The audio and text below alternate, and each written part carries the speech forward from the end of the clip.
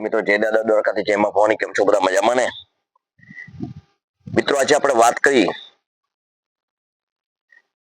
કે સાચું કોણ બોલી શકે,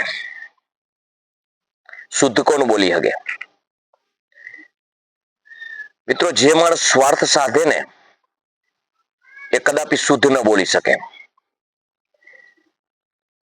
પછી મિત્રો એ કુટુંબ પરિવારમાં હોય, સમાજમાં હોય, સગાવાલામાં હોય, અન્ય સમાજમાં હોય, જ્યાં જ્યાં મિત્રો સાચું બોલવાની જરૂર પડે ને ત્યાં એ જ માણસ શુદ્ધ અને સાચું બોલી શકે કે જેમાં સ્વાર્થ માત્રની વૃત્તિ ન હોય.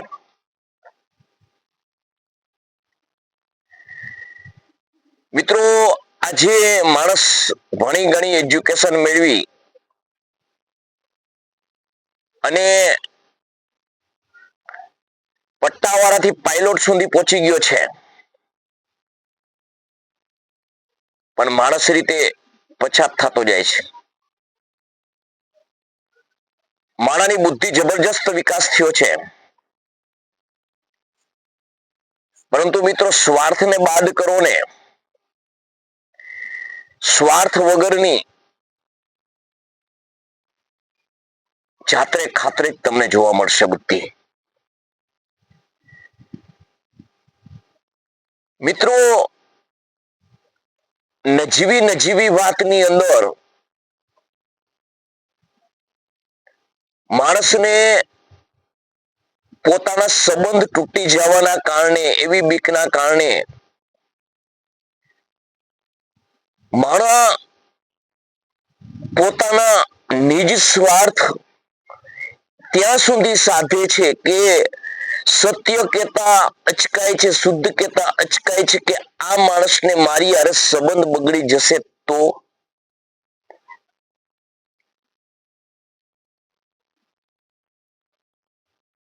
કોર્ટ કચેરી અને જ્યાં ત્યાં ઝઘડા, સંબંધો ખાતા થઈ જવા, આવી મોટામાં મોટી જો કોઈ સમસ્યા સર્જાઈ હોય ને મિત્રો, તો માણસ જયારે શુદ્ધ બોલવાનું છોડ્યું છે, સાચું બોલવાનું છોડ્યું છે અને એકદમ સ્વાર્થી થઈ ગયો છે. એટલે મિત્રો ગમે તેવું પાતક લાગે, ગમે એવું પાપ લાગે, એ જે પાપ શબ્દ છે ને માણસે પોતાની જીવનની ડિક્શનરીમાંથી કાઢી જ નાખ્યો, પોતાની જીવનની અનુક્રમમાંથી કાઢી જ નાખ્યો કે પાપ એટલે કોઈ હોતું જ નથી એમ. શાસ્ત્રોમાં જે મિત્રો નીતિમત્તા, ધર્મ, જે આપણને સમજાવ્યો છે ને, એ માણસ સાવ નોર્મલ સમજી અને શાસ્ત્રને પુસ્તક સમજી અને આજનો એજ્યુકેશન વર્ગ, આજે શિક્ષિત વર્ગ ધાર્મિકતાના ડોર કરી અને કહેવાતો ધાર્મિક દેખાવડો કરી સાચા અર્થની ધાર્મિકતા, સાચા અર્થની શુદ્ધતા ગુમાવી બેઠો છે.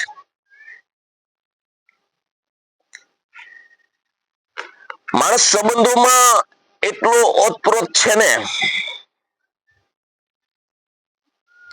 કે ગમે તેને ગમે તેટલું નુકસાન થાય ને અને ગમે તેવા સંબંધો બગડે ને, પણ જો પોતીકો કે અને જો એ સંબંધ ટકી જતા હોય, એ સંબંધ સચવાઈ જતા હોય, તો પણ પોતાની જવાબદારી નિભાવ્યા વિના હું આને કેમ કહું, આવાના કારણે આજે માણસ એટલો સ્વાર્થી થઈ ગયો છે ને કે શુદ્ધ બોલી શકતો નથી. માણસ શુદ્ધતાની અપેક્ષા રાખે છે, શુદ્ધતા બોલવું જોઈએ આવી વાતો કરે છે, ગીતા વાંચે છે, રામાયણ વાંચે છે, પણ નીતિમત્તા, એની પ્રમાણિકતા એના આચરણમાં આવતી નથી. એમ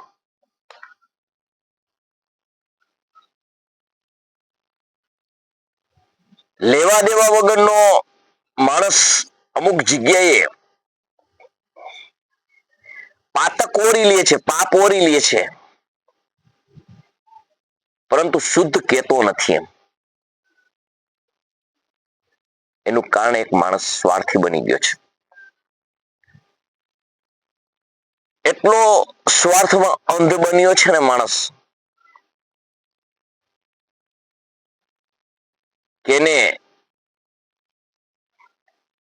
કોઈ પણ જાતનું પુણ્ય અને પાપ એ તો એના જીવનની અંદર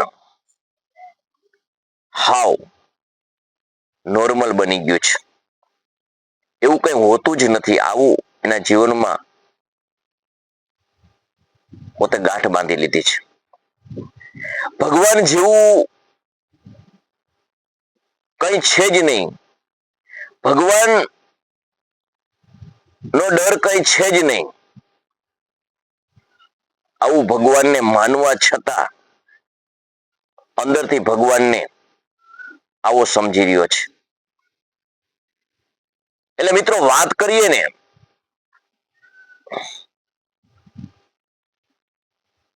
તો આ માણસ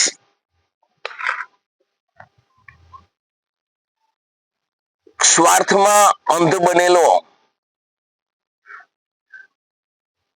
એની પાસે તમે કોઈ પણ જાતની અપેક્ષા જ ન રાખી શકો. એને કોઈ જાતનું તને પુરાવો જ ન બનાવી શકો. કારણ કદાચ ને એને સત્યતા કહેવાનું જ્યારે સામે આવે ને ત્યારે પણ આ માણસ સામલાની સામે સંબંધ બગડી જશે, અને સંબંધ બગડી જશે તો કોઈક ગેરફાયદો થશે. એમાં પણ ફાયદો મેળવવાના સ્વાર્થના કારણે માણસ શુદ્ધ ન કહી શકે.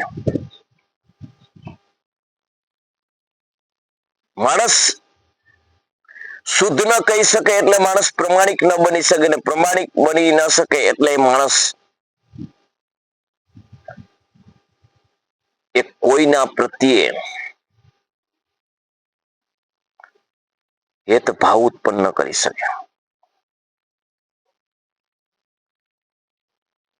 માણસ સવારમાં વહેલો ઉઠે, મંદિરે જાય, પાંચમાં પૂછાય કહેવાતા સમાજની અંદર, પણ એ માણસ છે ને એ કઈ પણ એવી સમસ્યા ઘટે ને ત્યારે પણ એ સ્વાર્થ તો સાધે જ. કારણ કે સાચું ન બોલે એટલે સ્વાર્થ સાધે છે, શુદ્ધ ન બોલે એટલે સ્વાર્થ સાધે છે.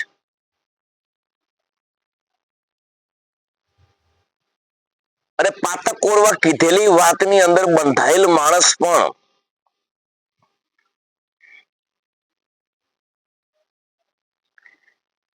જ્યારે એને કહેવામાં આવે ને કે ભાઈ તમે હતા અને આ ઘટના ઘટી હતી, તમે હતા ને આપણે આ વાત થઈ હતી, તો કે હવે અમે શું કહીએ, એને શું અમે કહી શકીએ? આનું કારણ એક કે માણસ જે માણસ પ્રત્યે પોતે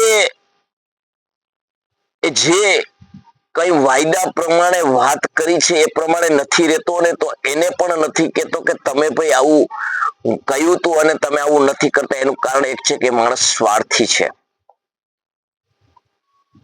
એ માણસ ખોટો હોય, જૂઠો હોય, નીચ હોય, નાલાયક હોય, પણ એ માણસ પ્રત્યે પણ એ માણસને સ્વાર્થ છે કે ભવિષ્યની અંદર આ માણસ ના, અરે મારે સંબંધ બગડશે તો મને નુકસાન થશે. આ નફા ને નુકસાનની પણ સ્વાર્થ વૃત્તિના કારણે માણસ શુદ્ધ ન બોલી શકે. એટલે મિત્રો, જીવનની અંદર માણસ છે ને, જે તમારા જીવનમાં કોઈ પણ એવો માણસ આવે ને જે જડબા તોડ કેતો હોય ને, એને સમજો મિત્રો કે સ્વાર્થ રહિત છે, સ્વાર્થ વગરનો છે. એ માણસ શુદ્ધ છે, સાચો છે. મેલા ઘેલા લુગડા હશે, પણ જે માણસ મોઢે તમે જે વાત કરી છે, તમારે વાતની અંદર વચ્ચે રાખ્યો છે ને, એ માણસ શુદ્ધ બોલશે ને, ત્યારે સમજી લેજો કે ભગવાન આની નજીક છે. એ માણસ સંત છે, મેલા લુગડે છે, સંત છે, પણ સાલાવ તમે નાઈ ધોઈ ટીલા ટપ્પા કરી અને જઈ અને મંદિર મસ્જિદની અંદર તમે લાંબા ને ટૂંકાતા પલોઠી વાળી પગે લાગો, કે પછી ગમે ત્યાં તમે જાઓ ધાર્મિક સ્થળે, ધાર્મિક બનવાનો ઢોંગ તમે કરો છો ને, એ તમે નીચ પ્રકૃતિના છો. તમે ધાર્મિક નથી, પણ તમે ધર્મના ધજાગરા ઉડાડવા વાળા છો, ધર્મને નીચો કરવા વાળા છો. તમે ગમે તે ધર્મમાં જતા હોય, એ તમારા થકી એ ધર્મને લાછન લાગે છે. સાલાવ ઘરે બેસી જવું જોઈએ તમારે, કારણ કે તમે સાલાવ નથી શુદ્ધ સ્વીકારી શકતા કે નથી શુદ્ધ બોલી શકતા. તમે એટલા નીચ સ્વાર્થી વૃત્તિના છો. જ્યારે મેં કહ્યું એ માણસ મેલા ઘેલા લુગડે હોય, ભગવાન પાસે પગે લાગતો હોય કે ન લાગતો હોય, પણ ભગવાને બનાવેલા મૂલ્યોને સમજનારો એ માણસ ખરેખર ધાર્મિક છે. એ આ સમાજ માટે વરદાન છે, માનવ સમાજ સાર્થક છે. પરંતુ જે માણસ કઈ પણ સ્વાર્થ વૃત્તિ સાધે ને, એ મિત્રો કોઈ દી સાચું ન કહી શકે, શુદ્ધ ન બોલી શકે. તો મિત્રો, મારો વિડીયો તમને કેવો લાગ્યો? તમારા મંતવ્ય કોમેન્ટ કરીને જણાવજો. લાઈક કરજો, શેર કરજો, સબસ્ક્રાઇબ કરજો, અને કાયમી માટે આવો પ્રેમ ભાવ પ્રેમ રાખજો. જય માતાજી, જય દાદા દ્વારકા, જય મા ભવાની.